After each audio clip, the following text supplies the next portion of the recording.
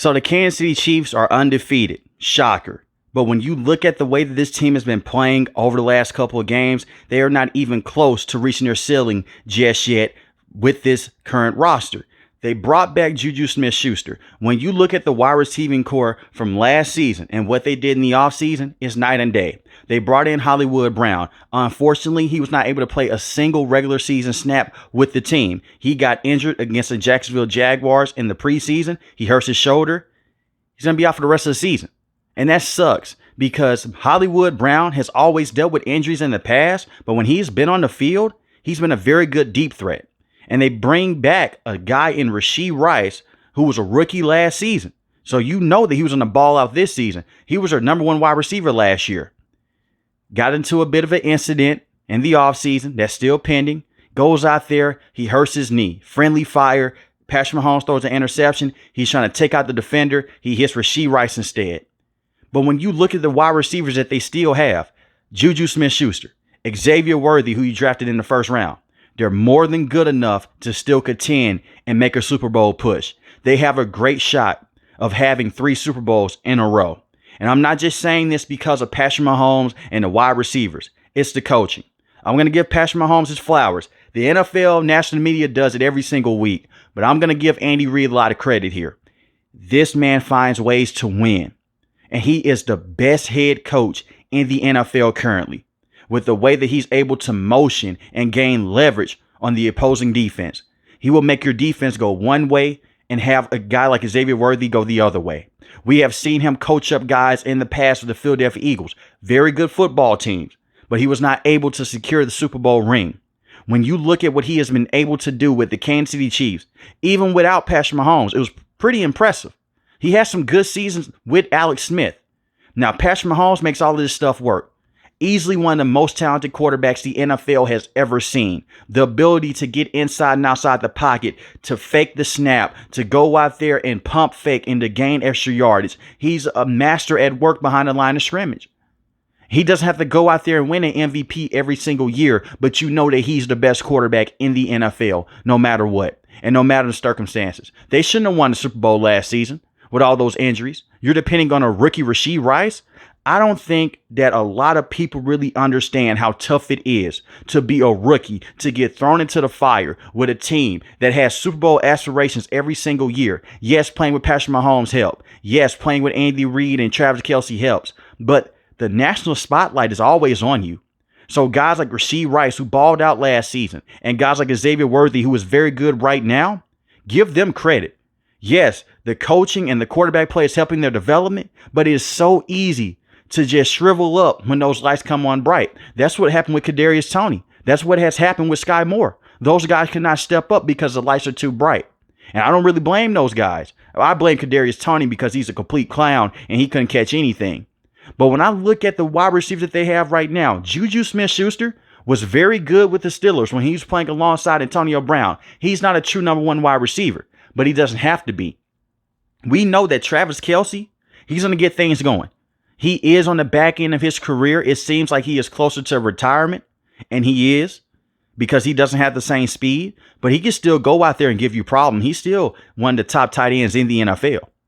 But having Juju play alongside him, like how things were when they won that Super Bowl against the Philadelphia Eagles, think about it. Juju Smith-Schuster is part of the reason why they won that Super Bowl. He got the pass interference call because he ran past James Bradberry. He's a very good, tough, and physical wide receiver. You could put inside the slot. He could play on the outside. And he gets a lot of hate because of the TikTok stuff that he was doing. He didn't do much with the Steelers after Antonio Brown had his incident. But he was still a very good player. And he's still a top wide receiver. And they got him for dirt cheap. The Patriots cut him. The reason why he didn't work out with the Patriots, no receiver worked out with the Patriots. The quarterback play was terrible. The offensive coordinating was terrible as well. All of it as a whole. He comes over to the Chiefs. This is home. And the same with Kareem Hunt. That's a feel-good story. And I understand what happened with Kareem Hunt off the field with the female. You never want to see that. And I'm not trying to justify it. It's wrong. The reason why Andy Reid and the Chiefs cut him is because he did not tell them the full details. They cut him. He goes to the Cleveland Browns. It seems like he's lost a step. He doesn't have the same acceleration. He comes back with the Chiefs without Isaiah Pacheco, by the way, another injury. He's going to be out for the next couple of months. A very good running back. They bring back Kareem Hunt. He knows the system. Much hasn't changed in terms of the run game behind a better offensive line because they have the big three at the left guard, center, and right guard position. When you look at Joe Tooney, when you look at Creed Humphrey and Trey Smith. When I look at what the Chiefs have, it's special because it's going to be hard to beat this team. They can beat you in time possession. They can beat you over the top with Xavier Worthy. They can beat you in the intermediate routes with Juju Smith-Schuster and Travis Kelce. It's a sight to be seen. And they can still take those deep shots down the field. They also have Mecole Hardman. Now, Mecole Hardman is not a true number 2, number 1 wide receiver. He will never be that. But he's a very good special teams player. And he's very good at stretching the field over and over again. And we've seen that in the past. Just because players are not going out there and getting big time production does not mean that they're not valuable to their team. Mecole Hardman can take the top off the defense and you can use him as a decoy. You can also do end around plays with him as well with the speed that he has. And yes, you still have Sky Moore, but Sky Moore doesn't offer you much. And that sucks to say because he had a very impressive Super Bowl with Kadarius Toney when they went against the Philadelphia Eagles. But Andy Reid schemed those guys open in the red zone, which goes back to the coaching of Andy Reid. He's going to scheme guys open, just like how he did with Travis Kelce and Juju Smith-Schuster last night. And they're starting to get run after the catch, which is even scarier. It's going to take more than just one defender to bring down Xavier Worthy because of how fast he is. It's going to take more than just one defender to stop Kareem Hunt out of the backfield. And now the offense is still in a very good place, even with all those injuries, because you have Mahomes. It reminds me a lot of what happened with Tom Brady and Bill Belichick. You had guys out there that had no business being on the field, but they're making it work because that's how elite coaches and culture works. When I look at the defense, give Coach Steve Spagnuolo a lot of credit. He's been a great defensive coordinator over the last few years with the Chiefs. He was a very good defensive coordinator with the New York Giants. He's the same defensive coordinator that beat Tom Brady and had those guys go out there and put pressure on him. And what are the Chiefs great at doing? Putting pressure on the quarterback and heating them up. With Chris Jones, with George Karlaftis. George Karlaftis has been a home run player. They drafted him in the first round a couple years ago from Purdue. He has been a phenomenal defensive end. He only has 1 sack on the season, but he does more than just get to the quarterback. He stops the run. He bats the ball down the line of scrimmage. He's a very good player. Chris Jones, you look at a guy like Chris Jones, he's too big to be in the backfield almost every single play, with the ability to just squeeze through and put pressure on the quarterback. And it's not about sacks with the Kansas City Chiefs. It's about putting pressure on the opposing quarterback, and then you look at their secondary. Even without L'Jarius Sneed, Trent McDuffie is one of the best cornerbacks in the NFL. He was their best cornerback last season. Trent McDuffie is phenomenal. They did a hit job on Brandon Ayuk and Deebo Samuel in the Super Bowl.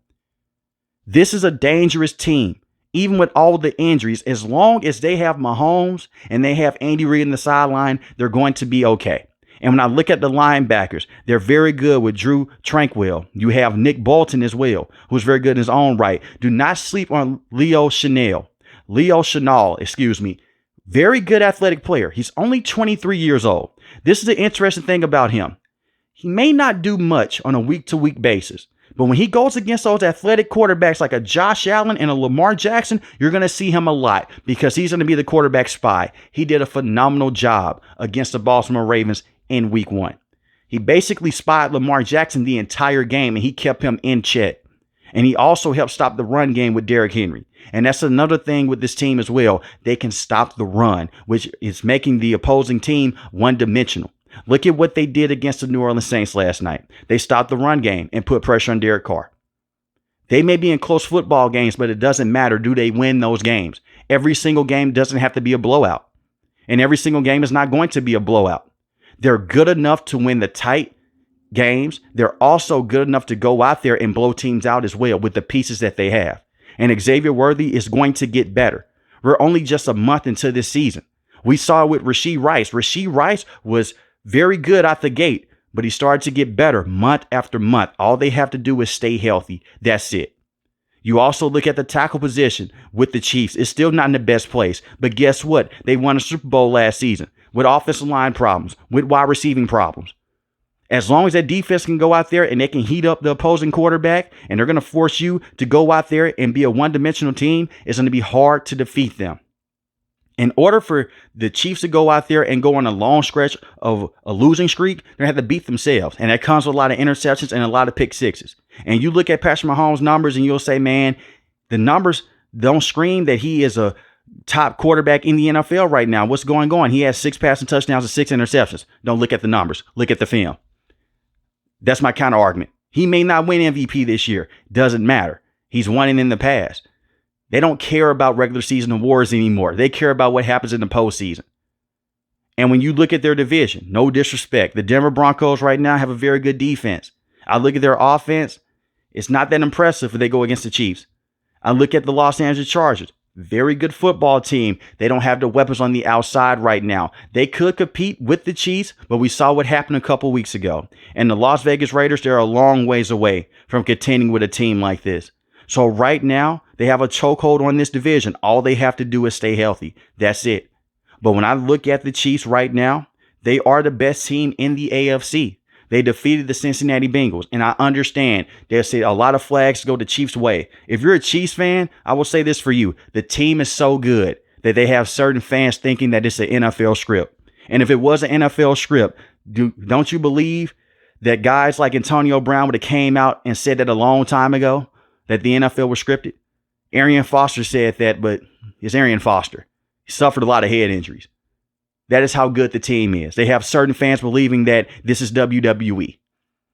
That is how good they are. And they're following the same Patriots model.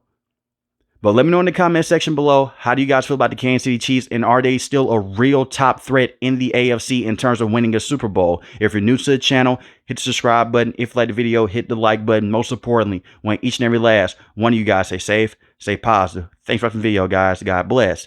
Peace.